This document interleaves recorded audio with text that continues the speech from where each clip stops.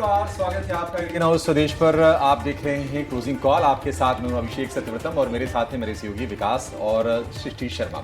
साथ ही दो एक्सपर्ट हमारे साथ स्टूडियो में जुड़ गए हैं, अंशुल जैन हैं और प्रदीप हल्दर हैं। और बाजार में आज हम देख रहे हैं कि कल की निराशा के बाद थोड़े उत्साह लौटती हुई दिखाई दे रही है और उसके मल्टीपल फैक्टर्स हैं। कल हमने जरूर एसटीटी का झटका देखा, लेकिन जिस तरह से 53.5 लाख करोड़ रुपए का बजट पेश हुआ है और अच्छी बात यह है कि इंफ्रा स्पेंडिंग पर जोर रखा है सरकार ने और फिस्कल कंसोलिडेशन के बारे में भी सोचा है। साथ ही आज हमने देखा कि रुपए में रिकवरी है, कच्चा तेल गिर गया है, बाजार में वैल्यू बाइंग हो रही है और इन तमाम चीजों के चलते लोअर लेवल से अच्छी स्ट्रेंथ लौटती हुई दिखाई दे रही है।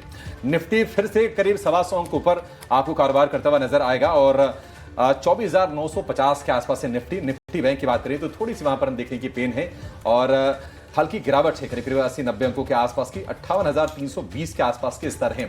हालांकि ब्रॉडर मार्केट को देखेंगे तो वह स्मॉल कैप मिड कैप को लेकर अभी भी कन्विक्शन लौटने में थोड़ा समय लगने के आसार हैं, लेकिन कुछ कुछ स्टॉक्स आप देखेंगे, पावर हो, कैपिटल गुड्स हो, ऑयल एंड गैस हो, वहां पर अच्छा मोमेंटम बनता हुआ दिखाई दे रहा है। रिलायंस का शेयर कल टूटा था लगभग 3.5%, आज 2.5% के आसपास से रिकवरी शेयर ने कर ली है। तो बाजार में आपकी स्ट्रेटजी क्या होनी चाहिए ये अगले डेढ़ घंटे में आपको बताएंगे। बेहतरीन ट्रेडिंग कॉल्स होंगी, खबरें जो आई हैं या फिर जो नतीजा है उन पर भी हम फोकस करेंगे, लेकिन पहले देख लेते हैं कि अगले डेढ़ घंटे में हम करने क्या वाले हैं। तो 2:05 पर एफएनओ मार्केट से जो संकेत बन रहे हैं उन पर हम चर्चा करेंगे और बताएंगे कि किस तरह की पोजीशनिंग बन रही है। 2:10 पर अपने एक्सपर्ट से हम जानेंगे क्लोजिंग ट्रेड्स। इसके अलावा हमारे पास होगा 3 बजे हम आपके लिए समझेंगे कि बाजार में अब तक का कारोबार किस तरह का हुआ है। 2:40 पर ऑप्शंस का चैंपियन भी होगा। 3:10 पर बीटीएसटी और एसटीबीटी के ट्रेड्स भी होंगे और 3:20 पर होंगे इवेंट्स टू वॉच, यानी कि बाजार में कल नजर कहां पर होनी चाहिए उसका भी ब्यौरा आपके सामने हम रखेंगे। लेकिन सबसे पहले देख लेते हैं कि बाजार की इस वक्त की मेजर जो हाइलाइट्स हैं वो क्या है, बड़ी बातें आपके सामने लेकर आएंगे। तो कल की बड़ी पिटाई के बाद आज हम देखें कि बाजार में एक रिकवरी वाला सत्र चल रहा है और निफ्टी करीब 125 अंक ऊपर आपको नजर आएगा। बाजार में वैल्यू बाइंग निश्चित तौर पर आज हो रही है। हालांकि अगर आप इंडेक्स को छोड़ दें, वो भी निफ्टी को छोड़ेंगे, तो बाजार की तबीयत अभी भी थोड़ी सी नासाज आपको नजर आएगी। निफ्टी बैंक में लोअर लेवल से करीब 400 अंकों के आसपास एक रिकवरी है। हालांकि अभी लाल निशान में ही आपको कारोबार करता नजर आएगा, लेकिन आईटी और पीएसयू बैंक ये दो खेमे हैं जो बाजार पर आज थोड़ा प्रेशर बनाने का काम आपको करते हुए नजर आएंगे।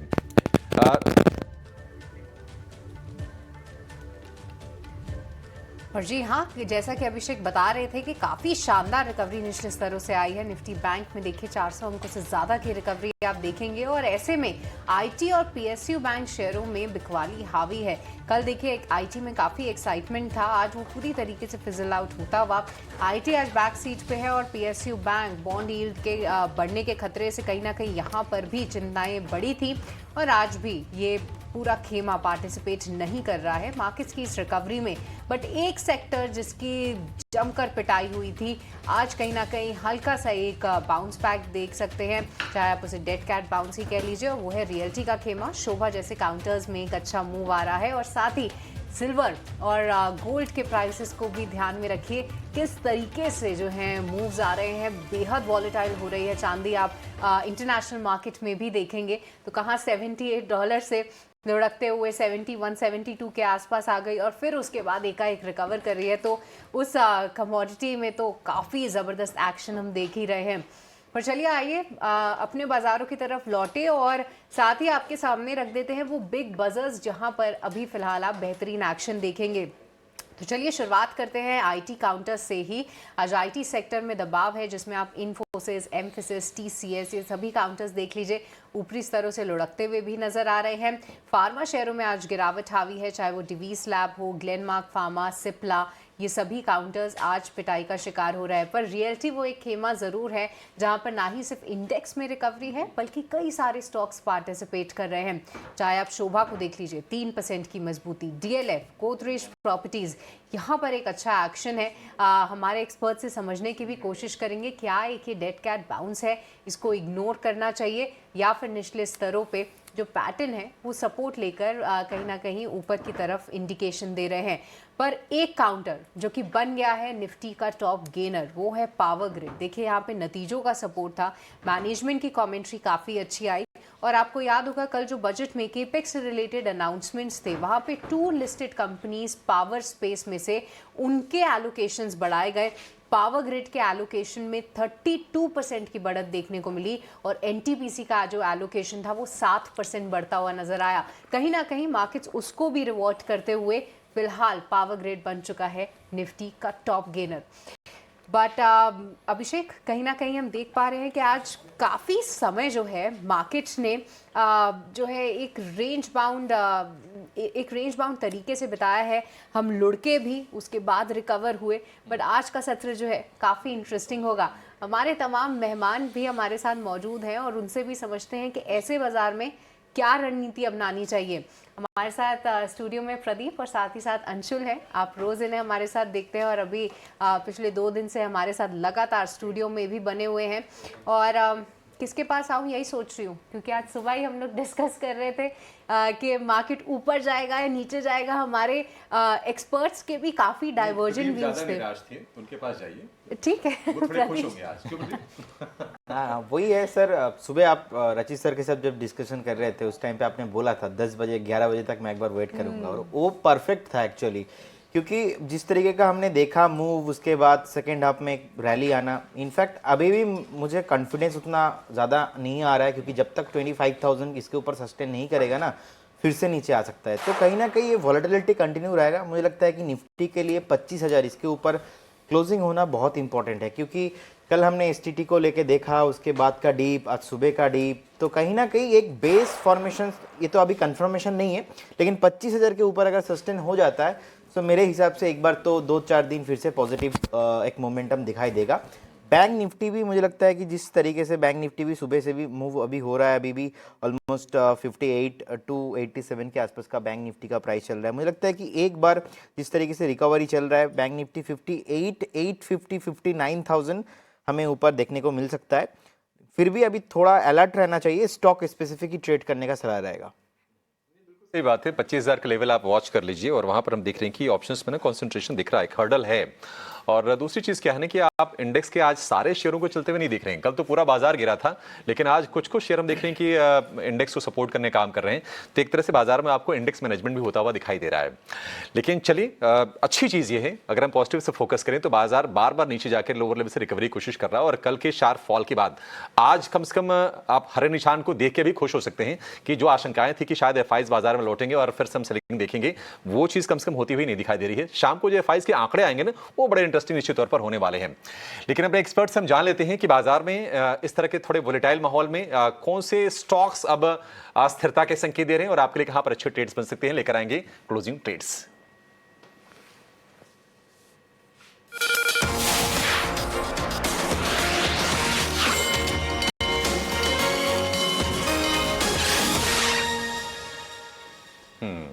तो अंशु जी, साफ तौर पर देखिए बढ़िया हेल्दी कैपेक्स आया। सरकार ने तो इंटेंट दिखाया कि हम इंफ्रा पर बढ़िया फोकस करने वाले हैं।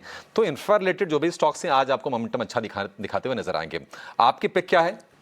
देखिए, जब तक 25,000 के ऊपर मार्केट नहीं टिक रहा है, स्ट्रेंथ नहीं लौटेगी। तो कल पहले 1 घंटे में अगर 25,000 के ऊपर टिकने लगा तो फिर तेजी के सौदे ले सकते हैं। बट अगेन स्टॉक स्पेसिफिक, जहाँ रिलेटिव स्ट्रेंथ है वहाँ बाई करना है, जहाँ रिलेटिव वीकनेस है वहाँ सेल करना है। पहले 2 अपडेट दे दूँ। कल अखाड़े में डॉक्टर रेड्डी सेल दिया था 1190 में, 1167 का लो बना है तो वहाँ प्रॉफिट बुक करना चाहिए। सुबह ओपनिंग में हिंदुस्तान जिंक हमने बाई दिया था 587 पे, अभी 2 बजे करीब इसका हाई बना है 594.75, इसमें प्रॉफिट बुक करना चाहिए। और 3 दिन पहले का कॉल है ईथर, 1,000 रुपये में दिया था, आज 1,040 पे टारगेट अचीव हुए हैं, इसमें प्रॉफिट बुक करना चाहिए। तो अब जब कैपिटल खाली हो गई है तो वही स्ट्रैटेजी रहेगी, रिलेटिव वीकनेस जहाँ पे है वहाँ सेल करना है। डबल टॉप बना था मैनकाइंड में 30 दिन का और 8 दिन का फ्लैग है, इससे ब्रेकडाउन आया है 2060-2065 की रेंज में इसको बेचना है।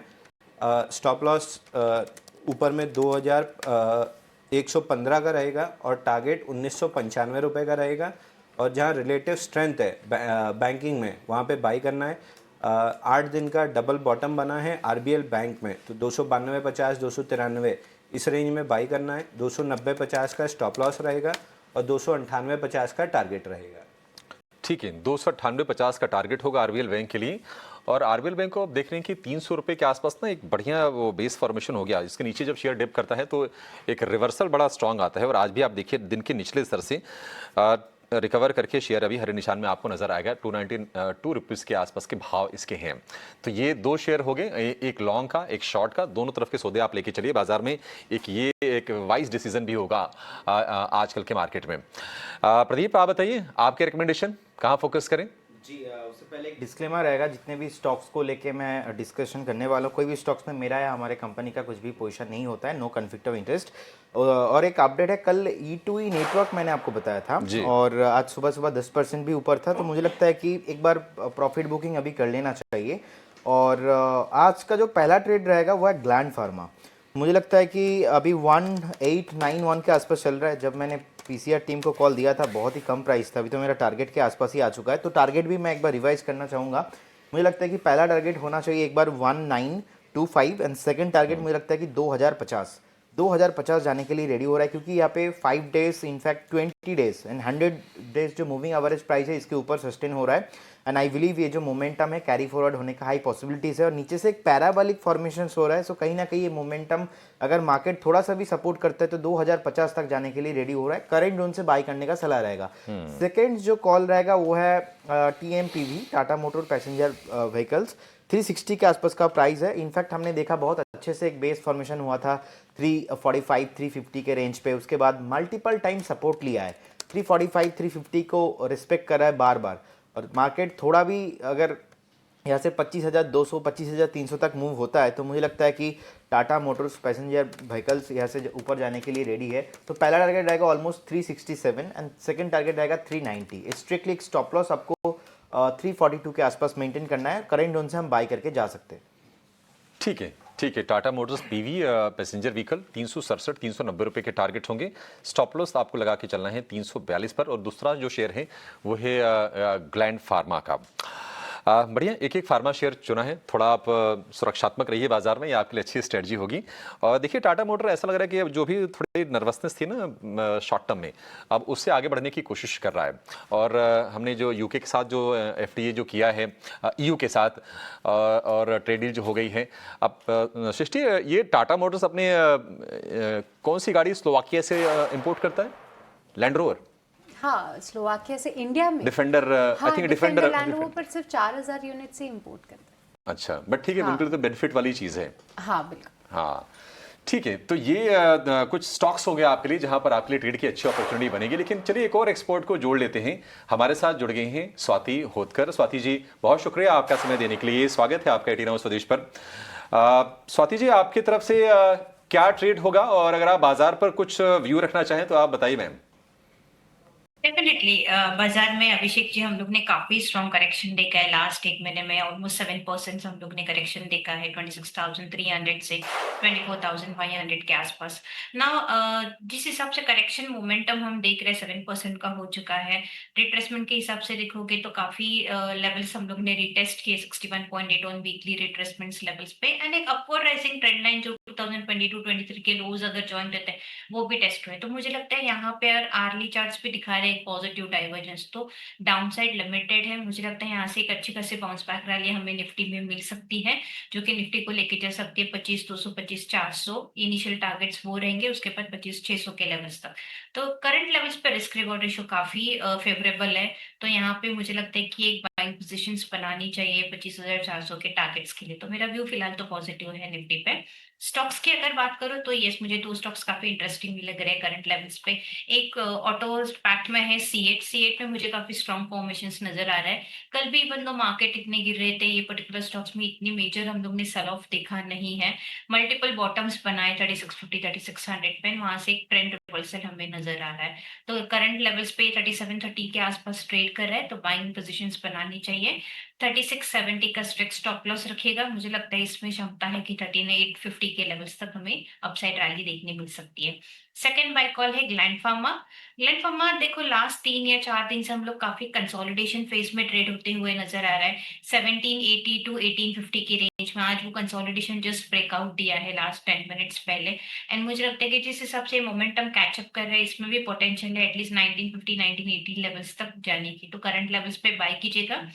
Place the strict stop loss of 1790 नीचे में, एंड ऊपर में मुझे 1850 का स्टॉप लॉस रखिएगा। ऊपर में इसमें क्षमता है 1918 2000 के लेवल्स हमें देखने की। तो ये दो पिक्स हैं जो काफी पॉजिटिव लग रहे हैं मुझे ऑन द टेक्निकल फ्रंट। बिल्कुल, तो ग्लैंड फार्मा 1850 का स्टॉप लॉस आपको रखना है, 2000 तक के टारगेट आपको देखने को मिल सकते हैं।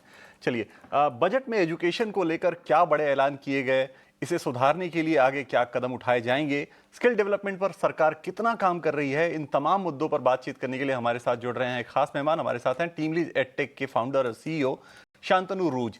शांतनु जी, गुड आफ्टरनून, बहुत स्वागत है आपका ईटी नाउ स्वदेश पर। और जैसा कि टीम लीज की रिसर्च बताती है कि 75% हायर एजुकेशन इंस्टीट्यूशन में मौजूदा मांग के मुताबिक पढ़ाई नहीं हो रही है, और सरकार ने इकोनॉमिक सर्वे में इस रिपोर्ट का जिक्र भी किया है। इस बड़े अंतर को खत्म कैसे किया जा सकता है? तो अगर आप देखें, सरकार ने इस बार बजट के दौरान और इकोनॉमिक सर्वे का जो रिपोर्ट था उसके दौरान उन्होंने बताया कि इंडिया में जो डेमोग्राफिक डिविडेंड है, अगर उसका एक्चुअल फायदा उठाना है तो हमें सिर्फ सर्टिफिकेट्स और डिग्रीज के ऊपर ध्यान देने के अलावा हमें actually skill development, wage improvement के ऊपर ध्यान देने की जरूरत है। हमारा जो ये रिसर्च रिपोर्ट था टीमलीज एडटेक का, थोड़े दिन पहले हमने कुछ 1000 इंस्टीट्यूशन से बात की थी, 1000 कॉलेजेस वगैरह से बात की थी।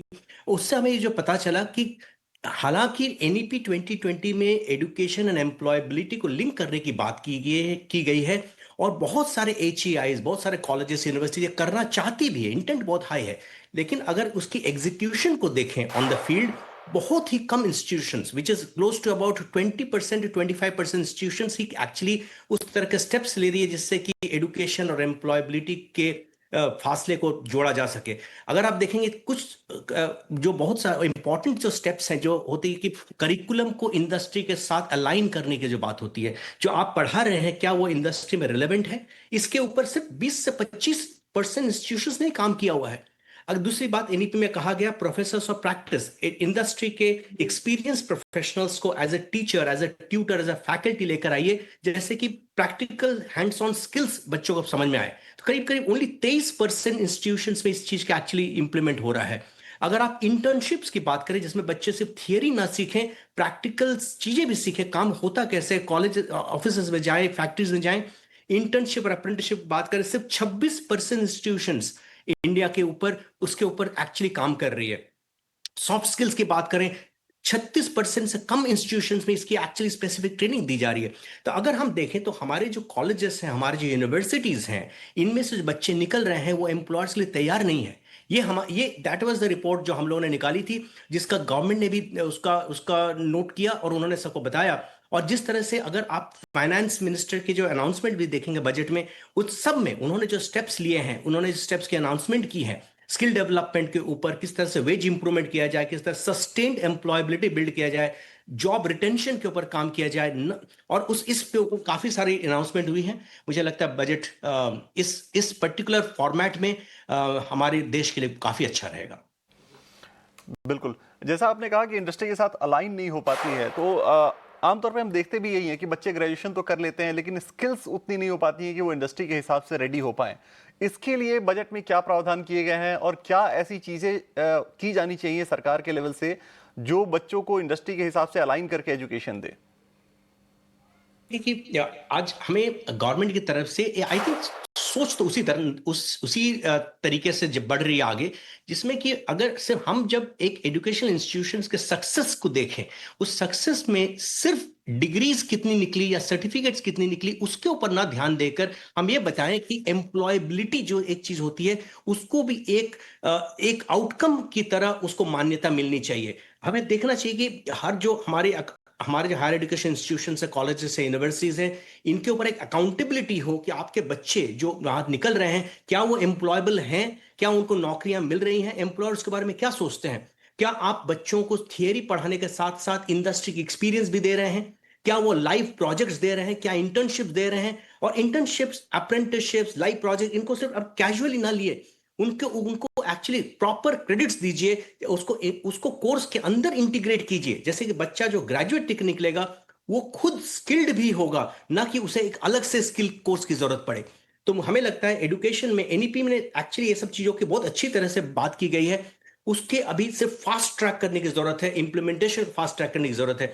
बजट में गवर्नमेंट ने एक्चुअली जो स्किल डेवलपमेंट की तरफ जो उन्होंने एक्शन लिए हैं, किस तरह से ऑरेंज इकोनॉमी की बात की है, किस तरह से कंटेंट डेवलपमेंट, किस तरह गेमिंग स्किल्स, इस तरह के स्किल्स के ऊपर उन्होंने इन्वेस्टमेंट की बात की है, किस तरह से आईटीआईज को मॉडर्नाइज करने की बात हुई है, और हायर एजुकेशन बजट में भी इजाफा हुआ है।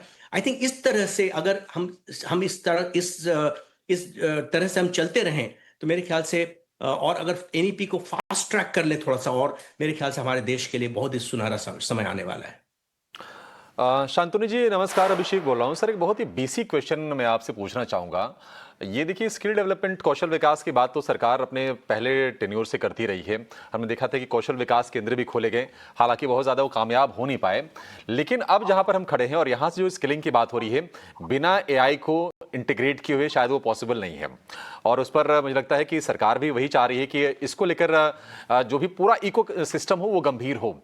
आप मुझे ये बताइए कि आपकी जो कंपनी है या फिर आप जिस इंडस्ट्री को रिप्रेजेंट कर रहे हैं, आपके लिए रेवेन्यू के लिहाज से, पैसे बनाने के लिहाज से, क्योंकि आप पैसे बनाएंगे तो उसका मतलब ये भी होगा कि वो पूरा वैल्यू चेन बढ़िया कर रही है, कितनी अपॉर्चुनिटी आपको दिखाई दे रही है? हम एक हायर एजुकेशन कंपनी है अभिषेक जी, और इसमें हम यूनिवर्सिटीज और कॉलेज के साथ काम करते हैं, किस तरह से वो अपने एम्प्लॉयबिलिटी को ऑटोमेशन और डिजिटल तरीके से बढ़ा सकती हैं, और अपने जो एजुकेशन और स्किलिंग और एम्प्लॉयबिलिटी इम्पैक्ट है वो किस तरह से बढ़ा सकते हैं, इस पे हम काम करते हैं। आज के दिन में अगर आप देखें तो हम कुछ 50 यूनिवर्सिटी के साथ काम करते हैं, कई सारे IITs, IIMs, IIITs वगैरह के साथ काम करते हैं। एआई का जो इस पर्टिकुलर स्पेस में जो यूटिलाइजेशन है एजुकेशन और एजुकेशन के आउटकम को बढ़ाने के लिए, आई थिंक बहुत बड़ा स्टेप आने वाला है। अब तक जो सबसे बड़ा एजुकेशन में प्रॉब्लम था, which is called one size fits all, ये जो फॉर्मेट था, विच इज नाउ बिकमिंग कि one size fits no one, is that उसमें जो एक एआई का जो इम्पैक्ट है बहुत बड़ा है।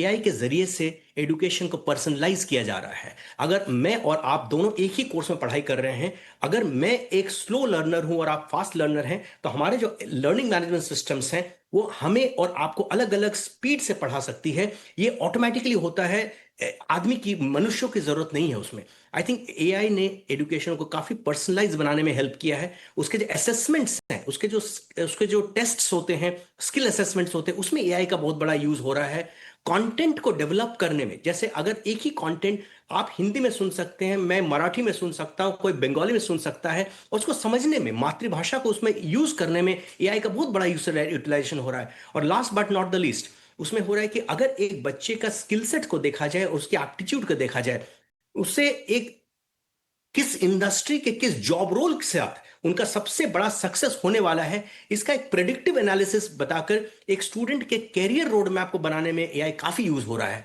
हम इस सारे चीजों में एआई को यूज करते हैं, और हमें लगता है कि अगर इसको काफी सारे कंपनीज और काफी सारी यूनिवर्सिटीज अगर इसको यूज करना चालू करें, तो मुझे लगता है एजुकेशन को काफी low cost per personalised, high quality और एम्प्लॉयर ओरिएंटेड बनाया जा सकता है।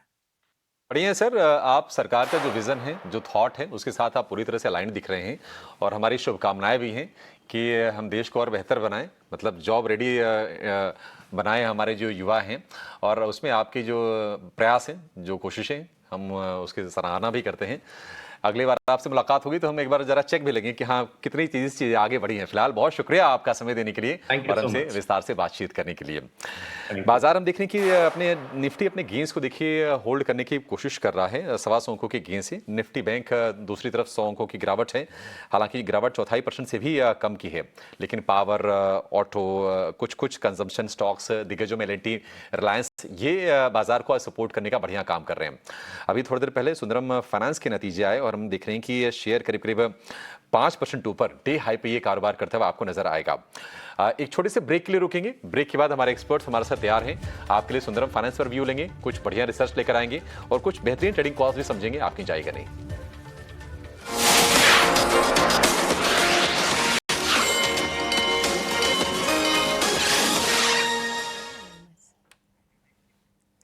ब्रेक के बाद आपका स्वागत है क्लोजिंग कॉल्स में। तो देखिए मार्केट में रिकवरी जो है वो जारी है। फिलहाल निफ्टी 50 140 अंकों से ज़्यादा की तेज़ी होल्ड करने में कायम है और साथ ही साथ निफ्टी बैंक में भी निचले स्तरों से 400 अंकों से भी ज़्यादा की रिकवरी आई है।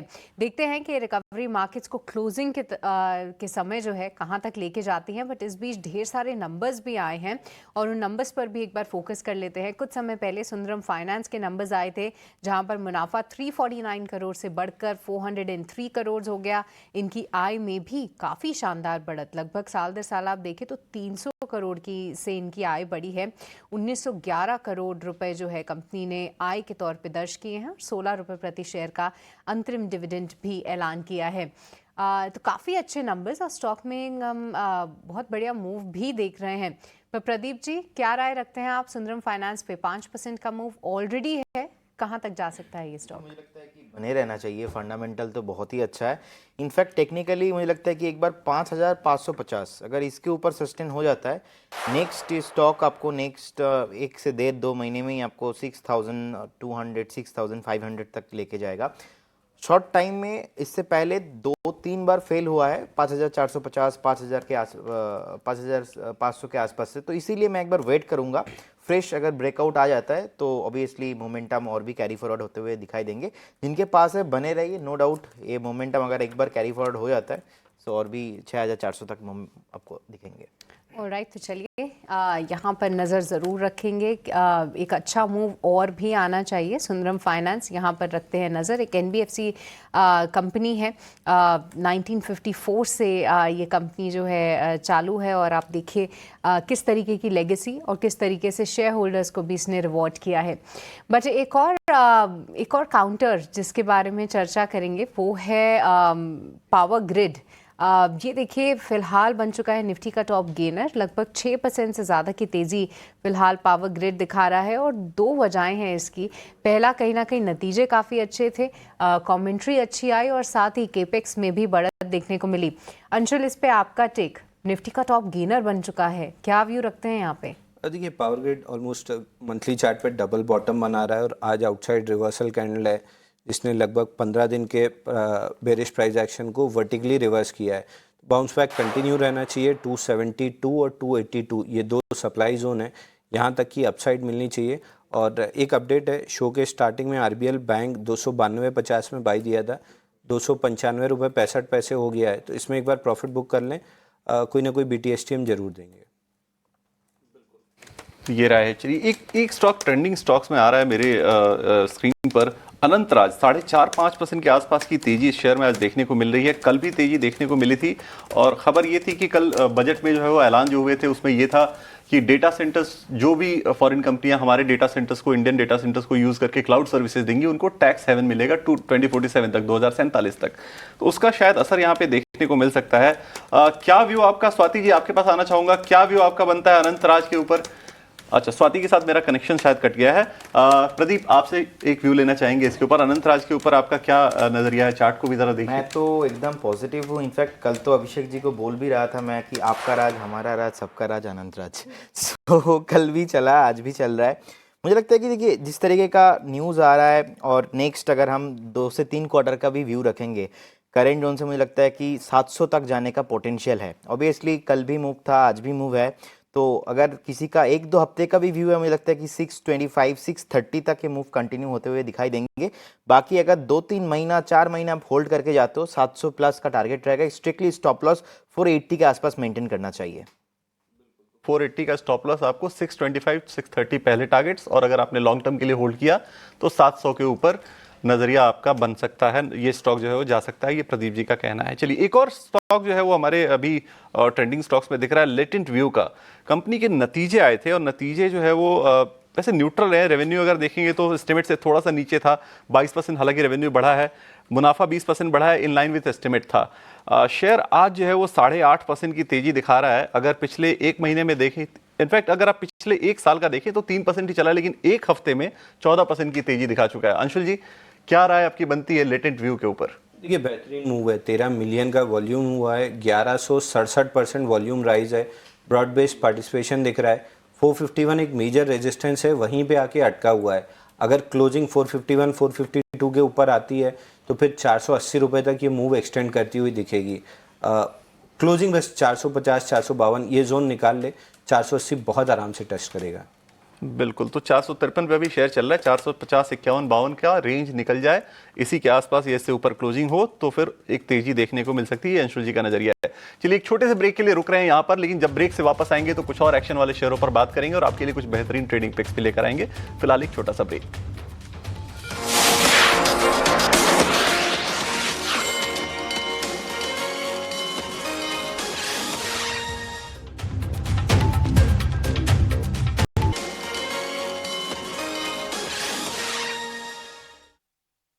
ब्रेक के बाद आपका फिर से स्वागत है क्लोजिंग कॉल में। बाजार हम देखने की स्थिरता दिखा रहा है।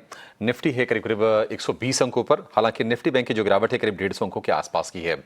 ब्रॉडर मार्केट थोड़ा सा आपको वीक दिखाई देगा, लेकिन बाजार में जो कुछ अच्छे शेयर जो चल रहे हैं उससे थोड़ी उम्मीद बधी है कि जो कल बुरा दिन था उसके चंगुल से बाजार निकलने की कोशिश कर रहा है। LNT हो गया, रिलायंस हो गया, यहाँ पर अच्छी स्ट्रेंथ है। M&M भी करीब 2-2.5% ऊपर आपको दिखाई देगा। और आज ऑटो पैक में बढ़िया मोमेंटम है। नंबर्स भी हमने देखा है कि जनवरी की बिक्री के अच्छे निकल के आए हैं कंपनीज के। हमारे साथ दो और एक्सपर्ट जुड़ गए हैं। श्रीकांत चौहान हमारे साथ हैं कोटक सिक्योरिटीज की, और इसके अलावा नीलेश जैन भी हमारे साथ शामिल हो गए हैं शो में। नीलेश जी, श्रीकांत जी आपके पास पहले आएंगे। आप दोनों का बहुत शुक्रिया, स्वागत है 18 आवर्स स्वदेश पर। एक राय श्रीकांत जी आपसे जानना चाहेंगे बाजार को लेकर। सर, क्या आपको लग रहा है कि STT को लेकर जो कल हंगामा मच रहा था, लोग बड़ी जल्दी भूल गए उसको? Good afternoon Abhishek ji, good afternoon everyone. नहीं तो देखिए, मुझे लगता है कि ये जो STT के रिलेटेड जो न्यूज आई थी उसका मुझे लगता है जो इम्पैक्ट है वो सेंटिमेंटल इम्पैक्ट काफी ज्यादा है। आज मार्केट में हमें रिबाउंड देखने मिल रहा है बिकॉज कल काफी ओवरबिटन मार्केट था। और इनफैक्ट अगर हम लास्ट 15 डेज की भी अगर मार्केट की एक्टिविटी देखें तो मार्केट वर्टिकली गिरा है। 26,300 से ऑलमोस्ट वी कैन से कि 24,300 तक मार्केट गिर चुका है। तो मार्केट में थोड़ा रिबाउंड आ रहा है, सिलेक्टिव स्टॉक्स चल रहे हैं, लेकिन STT का मुझे लगता है कि जो इम्पैक्ट है वो इम्पैक्ट अभी भी मार्केट के ऊपर बना रहेगा, हायर लेवल पे प्रेशर रहेगा और मार्केट यहाँ से मुझे लगता है काफी स्टॉक स्पेसिफिक हो जाएगा। तो आज बिकॉज ऑफ वॉलेटिलिटी बढ़ गई है मार्केट में, तो हमें मार्केट में एक अपसाइड दिख रही है। बाकी अदरवाइज देखा जाए तो मार्केट में अभी भी प्रेशर बना हुआ है।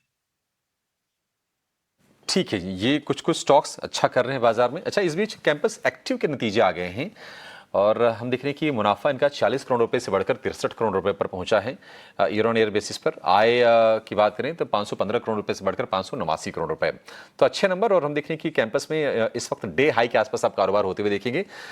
कल भी कुछ ना फुटवेयर को लेकर एक कल अच्छा अनाउंसमेंट था बजट में, और हमने कल भी देखा था कि कैंपस का शेयर चलता हुआ नजर आ रहा था। एक व्यू ले लेते हैं इस पर, कैंपस के शेयर पर। नीलेश भाई, आपसे शुरुआत कर लेते हैं। कैंपस पर व्यू भी दीजिए और साथ ही जरा अपने शेयर बताइए कि आप कहां पर बुलिश है, क्या ट्रेड लेना अभी? बिल्कुल अभिषेक जी, देखिए सबसे पहले कैंपस का अगर हम स्ट्रक्चर देखें तो मॉर्निंग से ही यहाँ पर काफी अच्छा मोमेंटम हमें देखने को मिल रहा है। इनफैक्ट पिछले 2-3 दिनों में जो बाजार में हमने गिरावट देखी उसके विपरीत कैंपस ने एक आउट परफॉर्मेंस दिखाया है और उसके साथ ही साथ टेक्निकल फ्रंट में स्ट्रक्चर पॉजिटिव होता हुआ नजर आ रहा है। हालांकि एक इमीडिएट हर्डल 270 का जरूर है। 270 का लेवल जैसे ही क्रॉस होगा इसके बाद हमें यहाँ पर और भी बड़ी तेजी देखने को मिलेगी जो स्टॉक को 280-285 तक ले जा सकता है। बट करंट लेवल पर जिनके पास लॉन्ग पोजीशन है बने रहें, 251 रुपए का स्टॉप लॉस लगाएं और ऊपरी सर पर 270 उसके बाद 285 तक की अपसाइड देखने को मिल सकती है। मेरी ओर से भी खरीदारी पर फोकस है, तो सबसे पहले यहाँ पर जो स्टॉक रडार पर है वो है ITC होटल्स। पिछले कुछ दिनों की गिरावट के बाद स्टॉक ने एक काफी अच्छा बेस फॉर्मेशन बनाया है लगभग 178-180 के जोन में।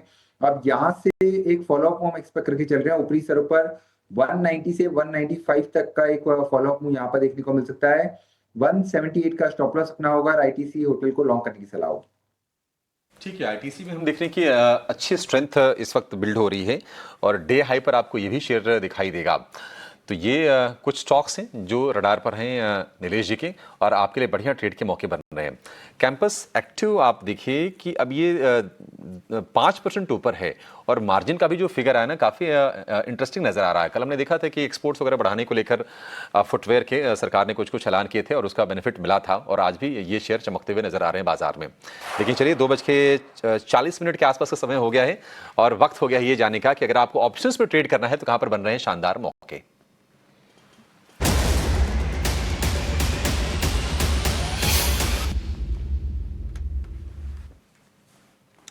एंजल वन की ओशो कृष्ण हमारे साथ जुड़ गए हैं। ओशो जी, बहुत शुक्रिया समय देने के लिए। ओशो जी बताइए, कौन सा स्टॉक आपने चुना है और क्या स्ट्रेटजी होगी ऑप्शंस की? Good afternoon Abhishek ji. आज के लिए जो काउंटर रडार पे आया है वो है सीजी पावर। सीजी पावर में कल भी देखें तो मार्केट में करेक्शन के बावजूद काउंटर नो डाउट वोलाटाइल रहा, बट अपने पॉजिटिव क्लोजर ही शोकेस किया था। आज भी अगर हम देखें तो पॉजिटिव ट्रैक्शन के साथ ओपन इंटरेस्ट में काफी अच्छा इंक्रीज है, तो मुझे लगता है यहाँ से एक अच्छा अपट्रेंड देखने को मिल सकता है।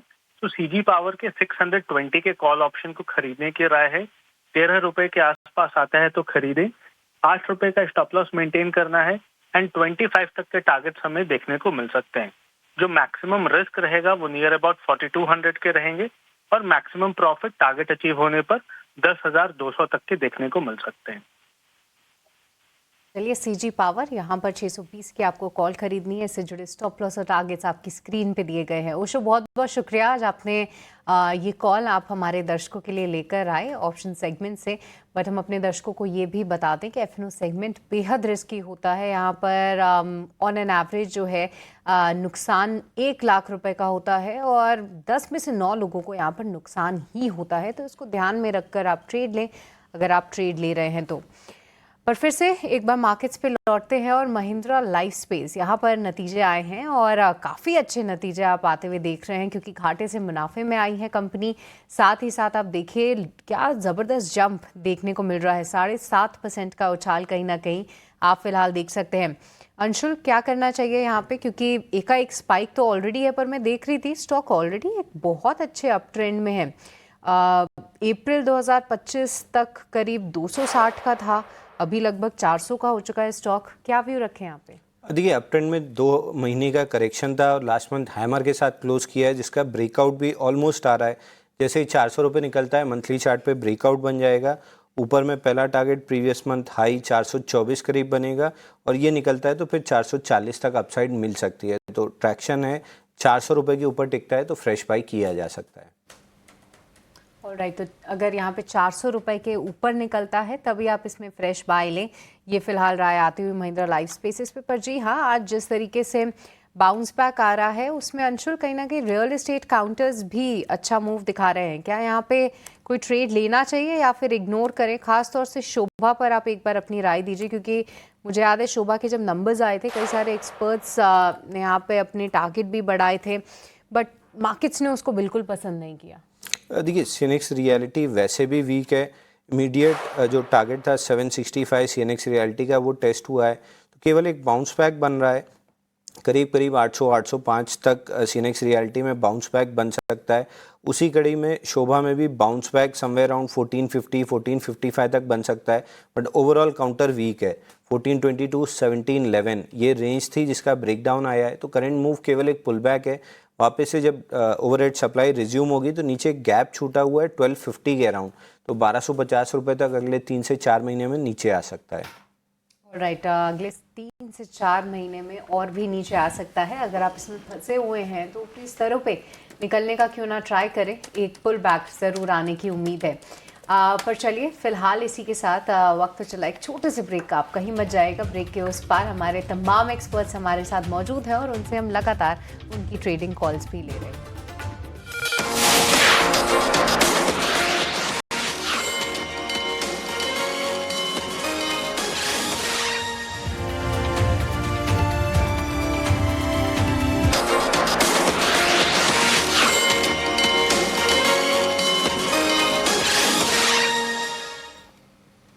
ब्रेक के बाद आपका एक बार फिर से स्वागत है।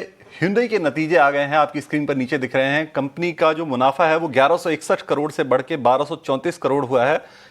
आय जो है कंसोलिडेटेड आय जो है वो 16,648 करोड़ से बढ़कर 17,973 करोड़ जो है वो रही है और मार्जिन जो है वो बिना बदलाव के 11.2% के आसपास है। अगर एस्टिमेट के हिसाब से देखा जाए तो रेवेन्यू इन लाइन है, मार्जिन जो है वो थोड़ा उम्मीद से कम है और प्रॉफिट जो है वो भी थोड़ा उम्मीद से हल्का नीचे है। तो ये कंपनी के नतीजे आए हैं। स्टॉक पर रिएक्शन आप देखिए, लगभग सपाट कारोबार हो रहा है। क्या राय बनती है इस पर? श्रीकांत जी, मैं आपके पास आना चाहूंगा। Hyundai के ऊपर क्या राय आपकी बनती है, क्या करना चाहिए? तो देखिए, वैसे Hyundai मोटर अगर इस पर्टिकुलर स्टॉक के अगर टेक्निकल पैटर्न को देखें तो इसने काफी अच्छा वक्त निकाला है 2100 2020 2050 के रेंज में, और मल्टीपल टाइम्स इसने 2300 2350 के लेवल्स भी छुए हैं। तो मुझे लगता है करंट लेवल्स पे काफी अट्रैक्टिव है ये स्टॉक खरीदने के लिए, और अगर यहाँ से खरीदते हैं तो हमें लगता है कि ग्रेजुअली इसमें अपवर्ड एक्टिविटी देखने मिलेगी। अगर किसी पर्टिकुलर शॉर्ट टर्म पोजीशन के साथ अगर किसी ने अगर इसे लिया हो तो स्टॉप लॉस रखना चाहिए यहाँ पे 2050 का, बट टारगेट्स नजर आते हैं 2300 2350 रुपए के। ओके श्रीकांत जी, इस पूरी बातचीत में हम आपकी कॉल लेना ही भूल गए। आप कौन से पिक लेकर आए हैं आज हमारे व्यूअर्स के लिए? आज के मार्केट में क्या खरीदना चाहिए उन्हें प्रॉफिट लेने के लिए? नहीं, बिल्कुल, वैसे देखा जाए तो मार्केट काफी डाइसी है, और ऐसे मार्केट में हमें लगता है कि आपका अपना जो फोकस होना चाहिए वो उन सेक्टर्स पे होना चाहिए जहां पे हमने अभी तक एक कंसिस्टेंट अपवर्ड ट्रेंड देखा था, और जहां पे कुछ डेवलपमेंट्स है, जैसे कि डिफेंस के लिए जो एक्सपेंडिचर है वो 17% का हुआ है, और मुझे लगता है कि ग्रेजुअली डिफेंस में हमें एक्टिविटी देखने मिलेगी। तो इट्स नॉट दैट कि शॉर्ट टर्म में हमें बड़ी रैली मिलेगी, लेकिन ओवर द पीरियड हमें लगता है कि डिफेंस के जो स्टॉक्स है उनमें ग्रेजुअली अपवर्ड एक्टिविटी हमें देखने जरूर मिलेगी। तो भारत इलेक्ट्रॉनिक्स हमें लगता है कि बहुत ही एक बेहतरीन विकल्प है करंट लेवल्स पे खरीदने के लिए। 433 434 के करीब ट्रेड कर रहा है। अगर तेजी बनती है तो ये स्टॉक 450 से लेकर 455 तक के लेवल्स भी दिखा सकता है, लेकिन वेरी शॉर्ट टर्म व्यू के साथ मैं 445 450 के टारगेट्स रखूंगा। स्टॉप लॉस हमें रखना है 427 का। इसके साथ साथ मुझे लगता है कि स्टेट बैंक ऑफ इंडिया ये एक स्टॉक है जो काफी अच्छा कल करेक्ट हुआ है, काफी बड़ा करेक्शन स्टॉक में आया था कल के दिन में, और ये एक अपॉर्चुनिटी है for short term traders to create some long positions. 1010 के स्टॉप लॉस के साथ करंट लेवल्स पे स्टेट बैंक ऑफ इंडिया को खरीदे। इसके नतीजे भी आने बाकी है, तो मुझे लगता है कि इसमें मोमेंटम बना रहेगा, और 1050 से लेकर 1060 के टारगेट्स नजर आते हैं। तो स्टेट बैंक ऑफ इंडिया और भारत इलेक्ट्रॉनिक्स ये दोनों स्टॉक करंट लेवल से खरीदने चाहिए। सही में बढ़िया अपॉर्चुनिटी लोगों को मिली, क्योंकि कल जिस तरह की गिरावट आई उसके बाद आज देखिए लोअर लेवल से शानदार रिवर्सल है, और बीएल के शेयर में भी आज हम रिकवरी देख रहे हैं 3% के आसपास की। लेकिन बाजार देखिए आज दिन के दौरान ये पहली बार हो रहा है कि हम 25,000 के ऊपर के लेवल देख रहे हैं। तो कॉन्फिडेंस को रिस्टोर करने के लिहाज से काफ़ी अहम ये मूव है, और इसके पीछे की वजह यह है कि आप देखिए एसबीआई दिन के निचले स्तर से शानदार रिवर्सल, रिलायंस डे हाई पर, कल के जो लॉसेस थे रिलायंस ने लगभग हम देखने की पूरी भरपाई उसकी कर ली है। 3% ऊपर रिलायंस का शेयर कारोबार करते हुए आपको नजर आएगा डे हाई पर। तो ये इसने ही इंडेक्स को ऊपर खींचने का काम किया है, और 190 अंकों का उछाल निफ्टी में है 25,000 के ऊपर के लेवल। निफ्टी बैंक भी आ गया है हरे निशान में, जो 150 अंकों के आसपास की गिरावट थी अभी आधे घंटे पहले, अब हम हरे निशान में निफ्टी बैंक को भी देख रहे हैं। एक काम करते हैं, एक छोटे से ब्रेक लिए यहां पर रुकेंगे। ब्रेक के बाद जब लौटेंगे तो कुछ और ट्रेड्स आपके लिए हम समझने की कोशिश करेंगे, आपने जाएगा नहीं।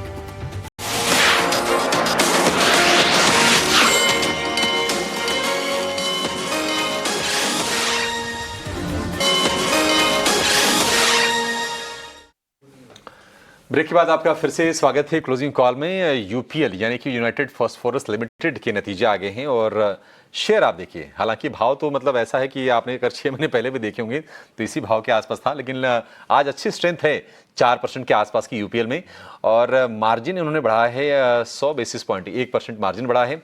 मुनाफा 853 करोड़ रुपए से घटकर हालांकि 490 करोड़ रुपए आया है।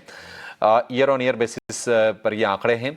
आय के फिगर भी आपके सामने लेकर आएंगे और देखते हैं कि एबिटा किस तरह का आता है, क्योंकि लास्ट क्वार्टर में कंपनी ने कहा था कि जो उनके पहले के प्रोजेक्शंस थे उससे बेहतर एबिटा वो क्लॉक करने वाले हैं, तो उस पर हमारी नजर रहने वाली है। आप एबिटा देखिए 1956 करोड़ रुपए से बढ़कर 2317 करोड़, तो ओवरऑल सारे के सारे नतीजे अच्छे लग रहे हैं। बस ये प्रॉफिट वाली चीज जरा समझनी पड़ेगी, अदरवाइज मार्जिन वगैरह तो बेहतर नजर आ रहे हैं। फिलहाल शेयर जो है ये डे हाई पर आपको नजर आएगा यूपीएल का। यूपीएल थोड़ा सा श्रीकांत जी इसने अंडर परफॉर्म किया है, राय आपकी क्या होगी शेयर को लेकर? कंपनी देखा जाए तो कंपनी सॉलिड है, कोई दो राय नहीं है। बिल्कुल, तो देखिए वैसे यूपीएल के अगर स्टॉक के टेक्निकल पैटर्न को देखें तो यहाँ पे आफ्टर वेरी लॉन्ग टाइम हमने एक बड़ी रैली देखी थी, but most of the time मैंने देखा है कि 800 रुपए के करीब आने के बाद ये स्टॉक में एक फिजल आउट आता है, और एक डाइवर्जेंस भी बना हुआ था उसमें। तो मुझे लगता है वही एक करेक्शन का पॉइंट था, और करेक्शन अभी हो चुका है स्टॉक में। बट ओवरऑल मुझे लग रहा है कि इस पर्टिकुलर सेक्टर में और ये पर्टिकुलर स्टॉक में हमें काफी केयरफुली ट्रेड करना पड़ेगा, क्योंकि काफी वॉलेटाइल स्टॉक है ये। और मैं कहूंगा कि अगर यहाँ से कोई रिबाउंड अगर आता है तो सबसे पहले 730 735 की रेंज हमें शायद देखने मिल सकती है। उन लेवल्स पे पोजीशंस को कम किया जा सकता है। यहाँ पे फ्रेश पोजीशंस कोई लेने की जरूरत नहीं है। लेकर ये व्यू आपके लिए बाजार, आप देखिए निफ्टी ने लगा दी है डबल सेंचुरी और 25,000 पार क्या हुआ। तमाम जो ट्रेडर जो वेट कर रहे थे उस लेवल का, क्योंकि वहां पर हम देख रहे कि लगभग कॉल साइड में 25,000 पर 3 लाख कॉन्ट्रैक्ट्स का ओपन इंटरेस्ट था, एक हर्डल था। फिलहाल तो उसको पार किया, देखते हैं क्लोजिंग बेसिस पर नजर रहेगी। उसको अगर पार कर लेता है तो फिर जो कल का दर्द था ना उसकी काफी उस पर मरहम लग जाएगा। फिलहाल 250 अंकों पर निफ्टी, और निफ्टी बैंक की बात करें करीब 125 अंकों के आसपास की तेजी हम निफ्टी बैंक में दिख रहे हैं। और एडवांस डिक्लाइन का रेशियो बेहतर होता नजर आ रहा है। जो शेयर मजबूत थे और मजबूत हो गए हैं। पावर ग्रिड अब 7.5% ऊपर है, और रिलायंस की बात करें तो रिलायंस में 3.25% की तेजी, L&T भी 0.25% ऊपर आपको नजर आएगा।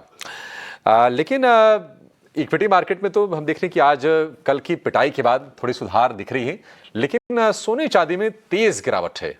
हालांकि साल भर पहले जिसने पैसे लगाए होंगे उसको तो अभी भी प्रॉफिट हो रहा होगा, लेकिन जो रिसेंटली एंट्री वाले हैं चांदी में, जिसने 3.5 लाख 4.5 लाख पर एंट्री की होगी, वो बहुत अफसोस कर रहे होंगे। तो सोने चांदी में जो गिरावट आ रही है, जरा इसको समझ लेते हैं कितनी गिरावट आ गई है और ये गिरावट क्यों आ रही है, ब्रोकरेजेस के व्यू क्या है, डिमांड सिनेरियो या फिर आउटपुट वगैरह के आंकड़े क्या कह रहे हैं। ये तमाम आंकड़े लेकर हमारे सहयोगी विश्वमोहन जुड़ गए हमारे साथ। एक खास रिसर्च उनके पास है। विश्वमोहन, बहुत सारे लोग जो फोमो के शिकार थे और एंट्री नहीं कर पाए थे, वो थोड़े अब राहत की सांस भी ले रहे होंगे, थोड़े खुश भी हो रहे होंगे। जरा बताइए कितनी गिरावट आ चुकी है। देखिए, अगर गिरावट अगर आज के लो से अगर देखें तो करीब करीब 45,000 रुपए तक सोना सस्ता हो चुका है। 1,37,000 के आसपास का करंट मंथ के कॉन्ट्रैक्ट में लो लगा है, और 1,80,779 का हमने रिकॉर्ड देखा था। तो वहां से करीब 25% की गिरावट गोल्ड में, चांदी में 46% से ज्यादा की गिरावट, क्योंकि 4,20,048 रुपए का हाई लगा था और 2,25,000 रुपए तक आज दिन के दौरान चांदी फिसलती हुई देखी थी। तो 46% की गिरावट वहां पे। इंटरनेशनल मार्केट में भी यही हाल है। कल बजट के दिन में हमारे यहाँ एक दिन एक्स्ट्रा ट्रेडिंग हो गई, वहां पर भी $75 के नीचे फिसली थी चांदी। और गोल्ड की बात करें तो ये $4,600 के नीचे भी इंट्राडे में आई थी। तो एक बड़ी गिरावट यहां पे दिख रही है। सबसे बड़ी वजह बता रहे हैं कि एक तो डॉलर में मजबूती आई, तो जो बाकी करेंसी में इन मेटल्स को होल्ड करते हैं उनके लिए ये महंगा हो जाता है। दूसरी बड़ी वजह गिरावट की ये बता रही, जो केविन वॉर्श है वो उनका जो रुख होगा वो काफी सख्त हो सकता है। हॉकिस वहां पर उनकी जो रुख है वो रहने की संभावनाएं जताई जा रही है, जो गोल्ड सिल्वर के फेवर में नहीं होती है, क्योंकि ये नॉन इंटरेस्ट पेइंग इंस्ट्रूमेंट होता है। तीसरी, जो ईरान के साथ बातचीत शुरू होने की संभावनाएं लगाई जा रही है, उससे रिस्क प्रीमियम कम हो रहा है। और साथ ही इस दौरान एक्सचेंज लगातार इस उतार चढ़ाव की वजह से अपने मार्जिन को बढ़ाते जा रहे हैं। हम देख ही रहे हैं कि गोल्ड में 20% से ज्यादा के मार्जिन MCX पर हो चुके हैं, चांदी में 25% तक की मार्जिन हो चुकी है। तो इतने बड़े मार्जिन में स्पेकुलेटर्स कोई भी अपनी बड़ी पोजीशन यहां पे नहीं लेकर जाना चाहता है। तो जब पेपर ट्रेडिंग से आपका बैक नहीं हो तो डेफिनेटली यहां पर जो वॉल्यूम है, टर्नओवर कम हो रहा है। अब दुनिया के कई कोने से चीन, वहां पर रिटेल बाइंग बहुत ज्यादा फ्रेंचनेस थी, बहुत हाई पे थी। एक ट्रेडर सू आमामा करके नाम है, वो अपने देश से गायब हो गया है। 1 बिलियन युआन का उन्होंने खुली पोजीशन छोड़ के भाग गए हैं, और कहा जा रहा है कि वो एक बड़े स्केल पर उनकी ट्रेडिंग पोजीशन है वो खुली हुई है, और उसको काटने के लिए वो वहां पर है नहीं। सर्कुलर ट्रेडिंग यानी आपस में ही वो ट्रेड करवाते थे, और टर्नओवर को बहुत ज्यादा दिखाकर, प्रॉफिट को बहुत ज्यादा दिखाकर कई लोगों को पार्टिसिपेट करवाया, और वहां से डिफॉल्ट की और घोटाले की खबर आ रही। तो इस तरह की खबरें आएंगी जब इतनी बड़ी गिरावट होती है। इंडिया में भी कई सारे मार्केट में आप देखेंगे कि ज्वेलरी मार्केट में जो डब्बे में ट्रेडिंग करते हैं वहां पे डिफॉल्ट की खबरें आ रही है धीरे धीरे। तो इस तरह की चिंताएं हैं। ऐसे मार्केट में जो रिटेल निवेशक है अभी ठहर जाए, थोड़ा सा बाजार को स्थिर होने दे, फिर लंबी अवधि का नजरिया रखे। और जो AI में इतनी है, पावर, जो न्यूक्लियर पावर को लेकर इतनी डिमांड है, इंडस्ट्रियल डिमांड इतनी है, ये सब दिल बहलाने के लिए अब सही है, लेकिन वो जो डिमांड होती है ना, वो लॉन्ग टर्म के हिसाब से डील करते हैं। इतने ऊंचे भाव पे कोई भी इंडस्ट्रियल डिमांड नहीं रहती है, और वो भी क्या उनके वायबल है, पास ऑन कर पाएंगे नहीं, ये सारे सवाल उठते हैं। और अभी का जो माहौल है सोने चांदी के लिए, तो अभी फिलहाल सेंटीमेंट काफी खराब होता दिख रहा है। ठीक है, सेंटीमेंट काफी खराब है। जिनको खरीदना है भाव काफी अच्छे होते नजर आ रहे हैं। और उम्मीद करेंगे कि चीज़ें ना स्थिरता की तरफ बढ़ें। देखिए, बहुत ज़्यादा प्राइस अप्रिशिएशन या फिर डिटरेशन उस लेवल से, ये दोनों हेल्दी नहीं होते हैं, क्योंकि कहीं ना कहीं इन्वेस्टर के कॉन्फिडेंस को ये डैमेज करते हैं और एक अनसर्टेनिटी पैदा करते हैं। बहरहाल काफ़ी तेज़ सेल ऑफ है चांदी में। चांदी 2.5 लाख रुपए के भी नीचे एमसीएक्स पर आके कारोबार कर रही है। लेकिन चांदी से रिलेटेड एक शेयर हिंदुस्तान जिंक का जरा हम जिक्र करना चाहेंगे। और आज हम देख रहे हैं कि हिंदुस्तान जिंक में 2-3 सत्र की पिटाई के बाद फिर से स्ट्रेंथ लौटती हुई दिखाई दे रही है। 725 रुपए के ऊपर ये शेयर निकल गया था, उसके बाद गिरावट में ये 600 रुपए के भी नीचे आया, लेकिन आज फिलहाल डे हाई पर है, करीब 6.5% के आसपास के गेंस में नजर आ रहे हैं। अंशुल जी, आपका व्यू हिंदुस्तान जिंक को लेकर क्या होगा? अच्छी स्ट्रेंथ है, क्या इसको राइड करें या फिर थोड़ा कॉशियस रह के दूर ही रहें? सर देखिए, सुबह ओपनिंग ट्रेड में 587 में बाई दिया था, 610 का टारगेट था, 609.55 आ गया है। बट चाहें तो इसको बीटीएसटी में कैरी कर सकते हैं, क्योंकि लग रहा है कि ये कम से कम 622 624 की जोन तक जाना चाहिए। और एक इंडसइंड बैंक भी सुबह बाई दिया था 895 पे, वहाँ पे भी अच्छी प्रॉफिट मिल रही है, 907 रुपये का हाई बना है, तो इसमें भी प्रॉफिट बुक कर लेना चाहिए। ऑलराइट, तो चलिए हिंदुस्तान जिंक यहाँ पर किस ज़बरदस्त तेज़ी, फिर से ये स्टॉक मोमेंटम में आ रहा है। इसे बीटीएसटी भी आप कर सकते हैं और साथ ही साथ इंडसइंड बैंक यहाँ पर भी एक अच्छे मूव्स आप फिलहाल देख सकते हैं। बट इस बीच शानदार तेज़ी आप मार्केट्स में देखेंगे। निफ्टी अब 260 अंक ऊपर है और निफ्टी बैंक भी निचले स्तरों से आप देखिए लगभग 600 अंकों की रिकवरी है 190 पॉइंट्स के गेन के साथ, और एक एक टिक करके जो है ये मूव बढ़ते ही जा रहे हैं। पावर ग्रिड ये बन चुका है निफ्टी का टॉप गेनर, अब 7% की तेज़ी है, तब से ही गेनिंग पोजीशन में अपने आप को होल्ड कर रहा है। पर रिलायंस देखिए किस तरीके से सपोर्ट कर रहा है, 3% का मूव यहाँ पे। अदानी पोर्ट्स, इसके कल नतीजे आएंगे, आज उससे पहले आप 4% का मूव देख रहे हैं। और ऑटोज़ के नंबर्स बहुत अच्छे हैं, हमने सुबह भी हाईलाइट किया था, चाहे वो M&M हो, टाटा मोटर्स हो, बहुत बढ़िया मूव्स ये काउंटर्स दिखा रहे हैं। पर प्रदीप जी, आज तो देखिए मार्केट के अपमूव में रिलायंस का काफ़ी योगदान रहा, बट बैंक निफ्टी की आज जिस तरीके की तेज़ी है, क्या ये कहना सही होगा कि कल बाकी के दिग्गज ICICI, HDFC से कहीं ना कहीं सपोर्ट मिल सकता है? क्योंकि अभी भी देखें थोड़े से हम डिवाइडेड है। जैसे इंडसइंड बैंक अंशुल जी कह रहे हैं तेज़ हो रहा है, वहीं मैं देख रही थी एक्सिस बैंक फिलहाल डे लो पे बैठा हुआ है। तो क्या हैवी वेट्स अब फिर से फ्लेवर में आएंगे? जी, हाई पॉसिबिलिटीज़ है। देखिए, जिस तरीके का रिकवरी मैं देख रहा हूँ, मुझे लगता है कि एक बार बैंक निफ्टी भी यहाँ से ऊपर आना चाहिए। एंड ICICI बैंक, सबसे बढ़िया चार्ट तो मुझे ICICI बैंक ही लग रहा है। ऑलरेडी एक अच्छे खासा सपोर्ट भी लिया है, ऑलमोस्ट 1330 के आसपास, और जिस तरीके के पुल बैक यहाँ पे दिखाई दे रहा है 1364, उसके बाद 1400 के ऊपर जाने के लिए रेडी हो रहा है।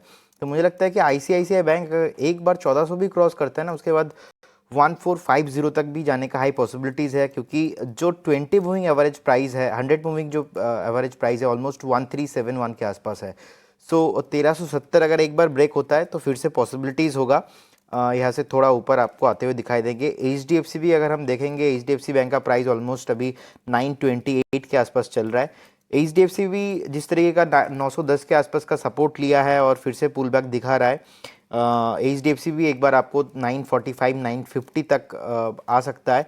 अगर HDFC और थोड़ा ICICI बैंक की सपोर्ट मिल जाएगा तो बैंक निफ्टी यहाँ से रिकवर होने का हाई चांसेस है। और निफ्टी में तो हम देख ही रहे कि Adani port, Reliance industry already leadership कर ही रहा है। ऑलराइट, तो चलिए देखते हैं कल किस तरीके से हैवी वेट सपोर्ट करते हैं। आज बहुत अच्छे मूव्स आप रिलायंस में देखेंगे। देखिए डिफेंस काउंटर्स पसंद आ रहे थे, BEL बन चुका है निफ्टी का टॉप गेनर, और M&M ये भी 3% के बढ़िया मूव्स दिखा रहा है। पर श्रीकांत जी, M&M पे खास तौर से आपका क्या व्यू है? क्योंकि अगले हफ्ते नतीजे आएंगे और जिस तरीके से हमने अभी तक अर्निंग्स देखी हैं, कोई बड़ी निराशा हाथ नहीं लगी है।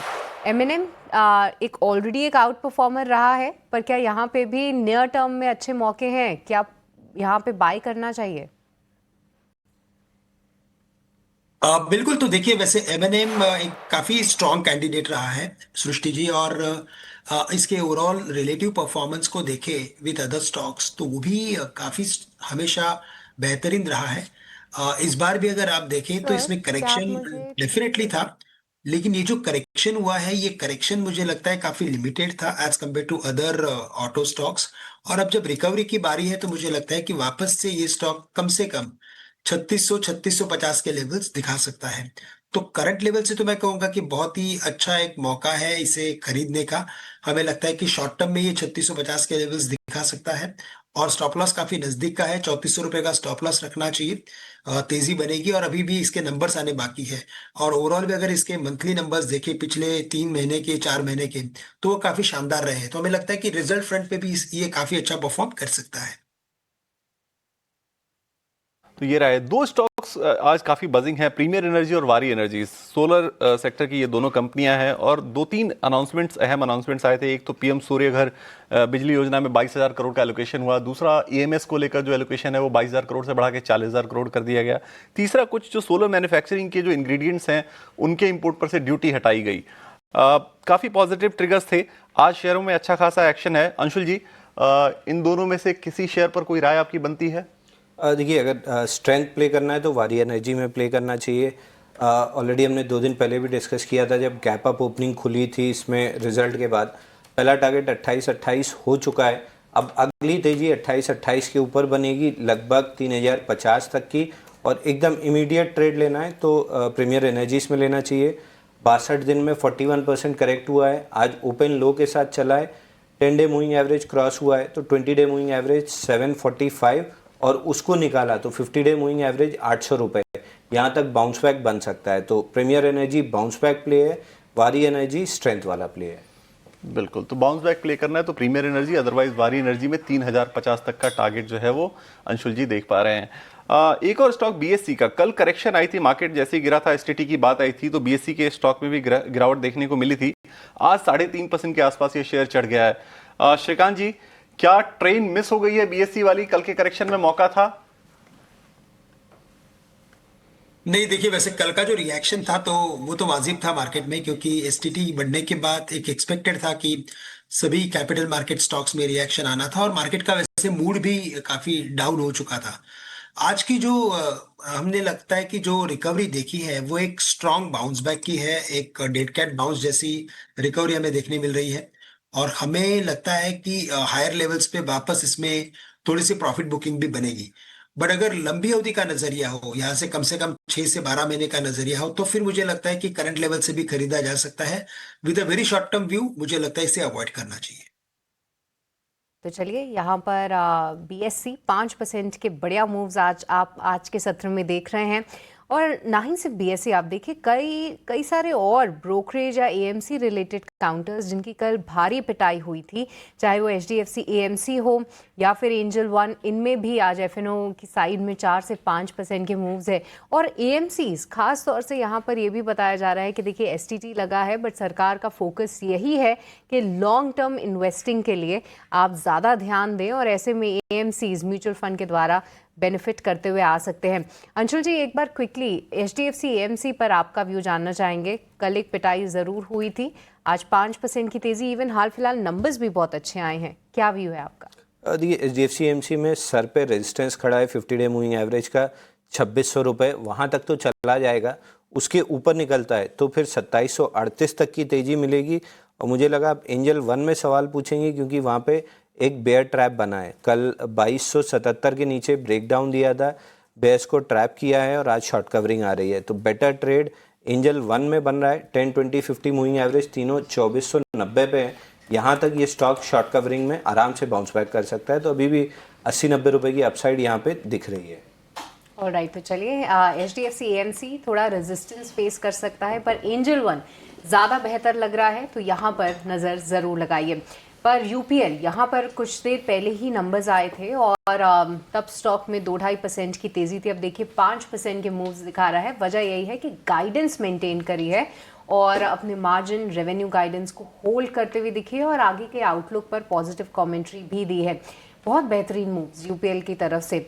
बट इसके अलावा एक और काउंटर क्विकली, उस पर भी अपने एक्सपर्ट्स की राय लेंगे, और वो है टाइटन, क्योंकि कल जो है टाइटन निफ्टी के टॉप गेनर्स में शामिल था। बट प्रदीप जी, आज लुढ़कता हुआ नजर आया है, क्या ये मौका है या ऐसे छोड़ दें? ठीक है, अभी मुझे लगता है कि थोड़ा वेट करना चाहिए। ऑब्वियसली फंडामेंटली बहुत ही प्रोमिनेंट स्टॉक है। टेक्निकली देखा जाए तो एक बार प्रॉफिट बुकिंग देखने को मिल रहा है। एक बार अभी 3953 के आसपास चल रहा है, एक बार आपको 3915 3910 के आसपास मिलता है तो स्ट्रैगर मैनर पे बाई करने का सलाह रहेगा, लेकिन अभी नहीं, थोड़ा वेट करना मुझे लगता है कि सेफ रहेगा। ठीक है, थोड़ा सा वेट कर लीजिए, आपके लिए थोड़ा सा बेहतर स्ट्रेटजी होगी। कुछ और शेयर जहां पर आज हमने तगड़ा आप मूव देख रहे हैं, जरा उनकी चर्चा करते हैं। आप जरा एक बार शारदा क्रॉपकेम को लेकर आइए। शेयर लगभग 14% ऊपर है, डे हाई पर है, और सिर्फ आज नहीं, ये शेयर पिछले 5 सत्र से लगातार चल रहा है। 800 रुपये वाला शेयर हो गया है 1100 रुपये के ऊपर। और हमने देखा था कि Q2 के भी नंबर से काफ़ी हेल्दी आए थे। Q3 के जब नंबर आया फिर से कंपनी ने सरप्राइज किया, ऑपरेटिंग परफॉर्मेंस अच्छी निकल के आ रही है, मार्जिन एक्सपेंशन हो रहा है, तो हर पैरामीटर पर। और देखिए अभी भी ये शेयर थम नहीं रहा है, अब डे हाई पर जाकर करीब 15-16% ऊपर आपको नजर आएगा। 1140 रुपये के आसपास के प्राइसेस हैं। श्रीकांत जी, शारदा क्रॉपकेम अब ना मतलब खरीदने की हिम्मत तो नहीं होगी, बताइए। जिन्होंने एंट्री की है 800-900 के रेंज में, क्या एक बार प्रॉफिट टेकिंग कर ले इससे? अभिषेक जी, मुझे क्या लग रहा है कि इसके टेक्निकल पैटर्न को देखें तो इसमें काफी मैच्योर्ड सॉर्ट ऑफ एक्टिविटी हमें देखने मिली है। रैली हुई है, उसके बाद कंसोलिडेशन हुआ है, उसके बाद वापस से रैली हुई है। तो गोल्ड और सिल्वर में जैसे हमने एक वन साइडेड रैली देखी थी, वैसा कोई फॉर्मेशन इसमें नहीं है। और जब तक ऐसी मैच्योर्ड सॉर्ट ऑफ एक्टिविटी हम किसी स्टॉक में देखते हैं तो वो जो मोमेंटम होता है वो और बरकरार रहता है। हमें लगता है कि इसमें अगर कोई इन्वेस्टमेंट्स अगर हो 800-900 रुपए के, तो भी मुझे लगता है इसमें बने रहे। हमें लगता है ये स्टॉक कम से कम 1500 रुपए तक जा सकता है। करंट लेवल से कोई भी करेक्शन अगर आता है तो मुझे लगता है 1100 के करीब ही इसमें बहुत ही अच्छा सपोर्ट है। तो 1100 1050 ये रेंज में इसे बिल्कुल खरीदा जा सकता है। ओवर द पीरियड हमें लगता है स्टॉक 1500 रुपए के करीब जा सकता है, तो बिल्कुल इसमें बने रह सकते हैं। ठीक है, बने रहने की सलाह है इसमें। 1500 रुपये तक ये शेयर जा सकता है। महीने भर में लगभग 30% के आसपास की रैली हो गई है। एक और शेयर इसी कैटेगरी से निकालते हैं जो कि कल कमजोर बाजार में भी चल रहा था और आज भी उसमें स्ट्रेंथ जबरदस्त थी, वो है जेके टायर का। और जेके टायर पर प्रदीप राय आपसे चाहिए। डे हाई पर ये शेयर नजर आ रहा है, 5.5% के आसपास के सॉलिड गेंस हैं।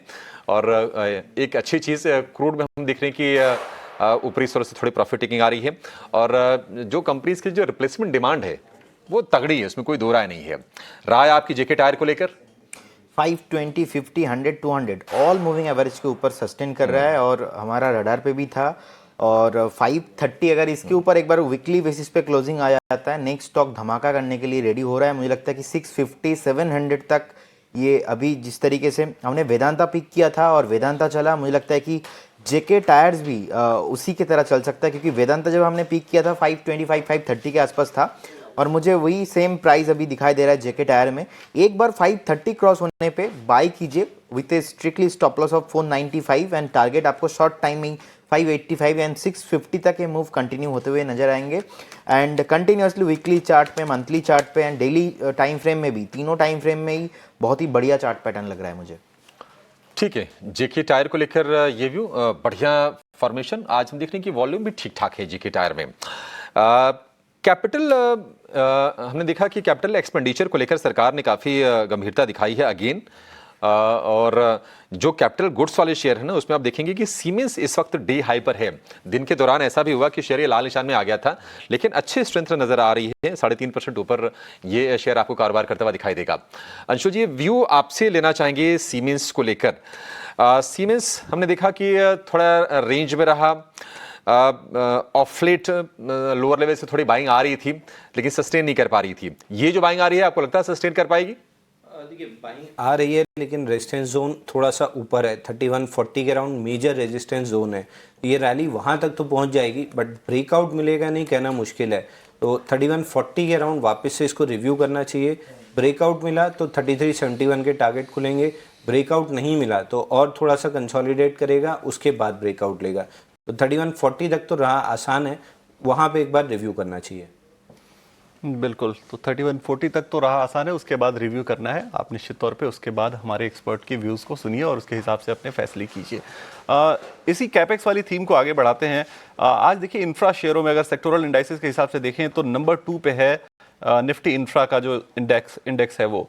L&T, गोदरेज प्रॉपर्टीज, DLF, ये सारे जो है वो 2 से 3-4% तक ऊपर हैं। श्रीकांत जी, कोई राय आपकी इन इंफ्रा शेयरों पे बनती है?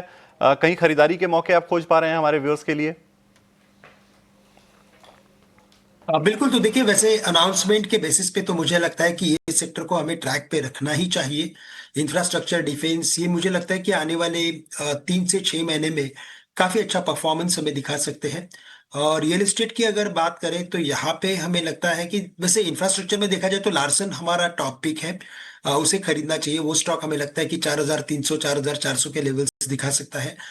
लेकिन अगर मुझे स्पेसिफिकली रियल एस्टेट में से अगर किसी स्टॉक को चुनना है तो मैं फंडामेंटली जो काफी स्ट्रॉन्गेस्ट स्टॉक है, प्रेस्टीज रियल एस्टेट, इसे हमें लगता है कि करंट लेवल से भी खरीदना चाहिए।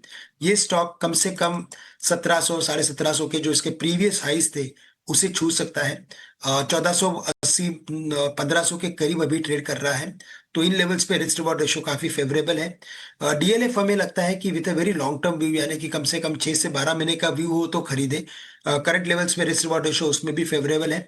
लेकिन with medium to short term view हमें लगता है प्रेस्टीज रियल एस्टेट पे फोकस करना ज्यादा फायदेमंद रहेगा।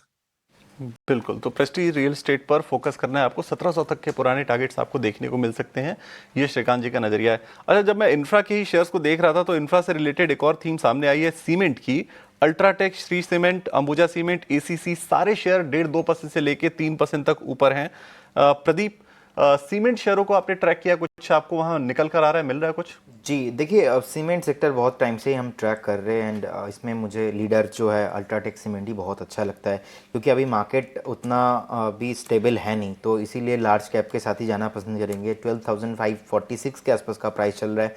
मुझे लगता है कि करेंट जोन से हम बाई करके भी जा सकते हैं और टारगेट आएगा ऑलमोस्ट 12,950। उसके बाद अगर किसी का भी व्यू 15 से 20 दिन का है, मुझे लगता है कि 13,250 13,300 तक जाने के लिए रेडी हो रहा है, क्योंकि जिस तरीके का बेस फॉर्मेशन हुआ है बहुत ही स्ट्रॉन्ग और अभी शॉर्ट कवरिंग मूव भी यहाँ पे बाकी है, तो बाई करने का ही सलाह रहेगा। स्ट्रिक्टली स्टॉप लॉस अब 12,150 के आसपास मेंटेन कीजिएगा। ठीक है, अल्ट्राटेक को लेकर ये व्यू है। बाजार में देखिए स्ट्रेंथ और बढ़ गई है और इस वक्त आप देखेंगे सेंसेक्स लगभग 1000 पॉइंट ऊपर है, 81,600 के ऊपर। और निफ्टी बैंक जो दिन के दौरान करीब करीब 400 अंक नीचे था, अब देखिए करीब 225 अंक ऊपर आपको नीचे दिखाई देगा। 58,600 के आसपास के लेवल आपको नजर आएंगे और धीरे धीरे करते करते टुवर्ड्स क्लोजिंग जा रहे हैं। जो एडवांसेस की जो संख्या है वो हो गई है करीब करीब 1400 के आसपास और 1500 शेयर हम देख रहे हैं कि गिरावट के साथ कारोबार कर रहे हैं। कुछ और शेयर। अच्छा श्रीकांत जी, लास्ट टाइम जब ये बातचीत चल रही थी ना कि क्या वीकली एक्सपायरी सरकार बिल्कुल ही खत्म कर देगी, तो हमने देखा था कि जो एएमसी स्टॉक्स थे वहां पर अच्छी स्ट्रेंथ आई थी। और जब जब ये खबर आती है कि सरकार डिस्करेज करना चाह रही है एफएनओ ट्रेड को, तो म्यूचुअल फंड का कारोबार करने वाली कंपनीज के शेयरों में एक्शन हम देखते हैं। आज भी हम देख रहे हैं कि यूटीआई एएमसी दिन भर थोड़ा था लैकलस्टर, लेकिन अब डे हाई पर कारोबार कर रहा है। एचडीएफसी एएमसी में अच्छी स्ट्रेंथ है। आदित्य बिरला सन लाइफ एएमसी है, ये शेयर भी चल रहा है। तो जो म्यूचुअल फंड का कारोबार करने वाले जो शेयर है वो चल रहे हैं। मुझे थोड़ा सा ना बड़ा व्यू चाहिए, और अगर मान लीजिए किसी को 1-2 शेयर खरीदने हो इस स्पेस से, आप कहां पर दांव लगाने की सलाह देंगे? बिल्कुल। तो देखिए, अगर जैसे अभी इंटेंशन है गवर्नमेंट की और सेबी की भी जो इंटेंशन है वो काफी क्लियरली नजर आ रही है कि जो भी शॉर्ट टर्म जो स्पेकुलेशन हो रहा है स्पेशली एफएनओ में, उसे कर्ब कर रहा है। और अगर कर्बिंग के अगर इनिशिएटिव्स अगर और बढ़ जाते हैं तो नेचुरली ये पैसा किधर न किधर तो राउट होने वाला ही है। तो उस केस में हमें लगता है कि एएमसीज में पैसा डेफिनेटली जाएगा। और वैसे भी मार्केट काफी अट्रैक्टिव हो चुका है, तो इन लेवल्स पे काफी सारे जो एडवाइजर्स है वो म्यूचुअल फंड्स में एसआईपी करने के आ रहे हैं। करंट लेवल से अगर मुझे कोई 2 स्टॉक अगर इस पर्टिकुलर सेक्टर से अगर चुनने हैं तो मैं सबसे पहले तो एचडीएफसी एएमसी को ही चुनूंगा। काफी अच्छा एक इसमें टेक्निकल फॉर्मेशन बना है। एक बड़ी गिरावट के बाद जो रिकवरी है वो काफी सस्टेनेबल है। सिंस लास्ट इनफैक्ट 7-8 डेज अगर आप देखें तो स्टॉक ने 2450-2500 में बड़ा वक्त निकाला है। तेजी बनती है तो ये स्टॉक वापस 3000 के दाम दिखा सकता है आने वाले कुछ 3 से 6 महीने में। तो करंट लेवल से रिस्क रिवॉर्ड रेशो काफी फेवरेबल है एचडीएफसी एएमसी खरीदने के लिए। इसके अलावा जो मुझे दूसरा स्टॉक अच्छा लग रहा है वो है इन लेवल्स पे एक तो नुवामा जो है वो यहाँ पे हमें लगता है कि मोमेंटम जारी रहेगा। करंट लेवल से इसे खरीदना चाहिए 1285 के आसपास। ये भी स्टॉक हमें लगता है कि ग्रेजुअली 1500 1550 के लेवल्स दिखा सकता है। तो एक तो नुवामा हमें अच्छा लग रहा है, दूसरा हमें एचडीएफसी एएमसी अच्छा लग रहा है। बिल्कुल, तो दो शेयरों पर राय है आपको, नुवामा वेल्थ और HDFC AMC। नुवामा वेल्थ 1500 तक के लेवल दिखा सकता है, ये राय है श्रीकांत जी की। चलिए, ये तो आज के बाजार की बात हम कर रहे हैं और अगले 5 मिनट और करेंगे, लेकिन कल के बाजार की तैयारी भी करनी बड़ी ज़रूरी है, क्योंकि आज काफ़ी एक्शन रहा। अब कल क्या एक्शन रहने वाला है, क्या चीज़ें इवेंट्स हैं, क्या अहम चीज़ें आपको देखनी है मार्केट में, वो सारी चीज़ें भी जान लेते हैं। हमारे साथ हमारे सहयोगी रविंदर जुड़े हैं, जो कल के इवेंट्स के बारे में बता रहे हैं कि कहाँ हमें नज़र रखनी है। रविंदर, बताइए। जी बिल्कुल, यहाँ पर कल काफ़ी सारे जो इवेंट्स है फोकस में रह सकते हैं। तो यहाँ पर सबसे पहले शुरुआत करते हैं इंडिया से। तो इंडिया में जो है कल निफ्टी की वीकली एक्सपायरी, जिसके चलते यहाँ पर निफ्टी में कल काफ़ी एक्शन देखने को मिल सकता है। अर्निंग्स की बात करें तो यहाँ पर कल काफ़ी सारी कंपनी अपने क्वार्टरली रिजल्ट अनाउंस करने वाली है। यहाँ पर निफ्टी के 3 कंपनी अपने क्वार्टरली रिजल्ट अनाउंस करने वाली है। बजाज फाइनेंस और अडानी की 2 कंपनियाँ, अडानी पोर्ट्स और अडानी एंटरप्राइज, ये अपने क्वार्टरली रिजल्ट अनाउंस करने वाली। नॉन निफ्टी कंपनीज की बात करें तो यहाँ पर Kansai Nerolac, Castrol India, Mankind Pharma, Pidilite industry, Zydus Wellness, HFCL1, MobiKwik system, Gabriel India, Nazara tech, V2 retail, Bharat coking coal, ये सभी इसी के साथ और भी काफ़ी सारी कंपनीज कल अपने क्वार्टर रिजल्ट अनाउंस करने वाली है। बात करें कॉर्पोरेट एक्शन की तो यहाँ पर angel one, Aditya Birla capital fund raise पर कल विचार करने वाले हैं। वही V2 रिटेल भी कल काफ़ी फोकस में रह सकता है, जहाँ पर कंपनी कल अर्निंग्स के साथ साथ यहाँ पर स्टॉक स्प्लिट पर विचार करने वाली है। वहीं अगर बात करें IPO lock in period and की तो यहाँ पर स्टड एसेसरी और एक्यूम ड्रग कल फोकस में रह सकता है, जहाँ पर इन दोनों ही कंपनी का जो IPO लॉक इन है वो कल खत्म हो रहा है। यहाँ पर स्टड एसेसरी का 3% का इक्विटी का जो IPO लॉक इन है वो खत्म हो रहा है। वही एक्यूम ड्रग्स का जो है 20% का जो इक्विटी है वो कल खत्म हो रहा है, जिसके चलते ये दोनों स्टॉक्स भी कल काफ़ी फोकस में रह सकते हैं। चलिए, तो ये तो इवेंट जहां पे आपको नजर रखनी है, लेकिन अब ट्रेडिंग फिंगर्स को तेजी से दौड़ाने का वक्त आ गया है, क्योंकि 3 ही मिनट बचे हैं। BTST के लिए हमारे स्टूडियो के मेहमानों के पास चलते हैं। अंशुल जी, सबसे पहले आपके पास कहां मौके खोजे आपने? एक्यूटास में ब्रेकआउट आ रहा है, 14 हफ्ते का एक फ्लैग पैटर्न का ब्रेकआउट है। तो 1948 चल रहा है, यहाँ पे BTST करना चाहिए। 1900 रुपये का स्टॉप लॉस रहेगा और 2025 रुपये का टारगेट रहेगा। तो एक्यूटास में BTST कर सकते हैं। ओके, सो इक्विटास में BTST कर सकते हैं। प्रदीप जी, आपकी राय? MCX बाई करने का सलाह रहेगा। एक बुलिश सैंडविच फॉर्मेशन हुआ है एंड मुझे लगता है कि करेंट जोन से बाई करके जाइए एक बार। 2354 का पहला टारगेट है, उसके बाद 2380 का रहेगा सेकंड टारगेट। एक स्ट्रिक्टली स्टॉप लॉस आप यहाँ पे 2295 में मेंटेन करके जाइए। 1-2 दिन का ही व्यू रहेगा। बिल्कुल, इक्विटास आपकी स्क्रीन पर आ चुका है और MCX, 2 ये BTST के कॉल्स प्रदीप जी की तरफ से। चलिए श्रीकांत जी, आखिरी मिनट्स में कुछ BTST आपके पास, आपने कोई ट्रेड आइडेंटिफाई किया व्यूअर्स के लिए? बिल्कुल, तो देखिए मुझे लगता है कि मेटल्स में से स्टील जो स्टॉक्स है, स्टील के जो स्टॉक्स हैं वहां पे लगता है कि तेजी बरकरार है। कोई बड़ा यूफोरिया भी हमने देखा नहीं था, लास्ट में कुछ रैली देखी थी।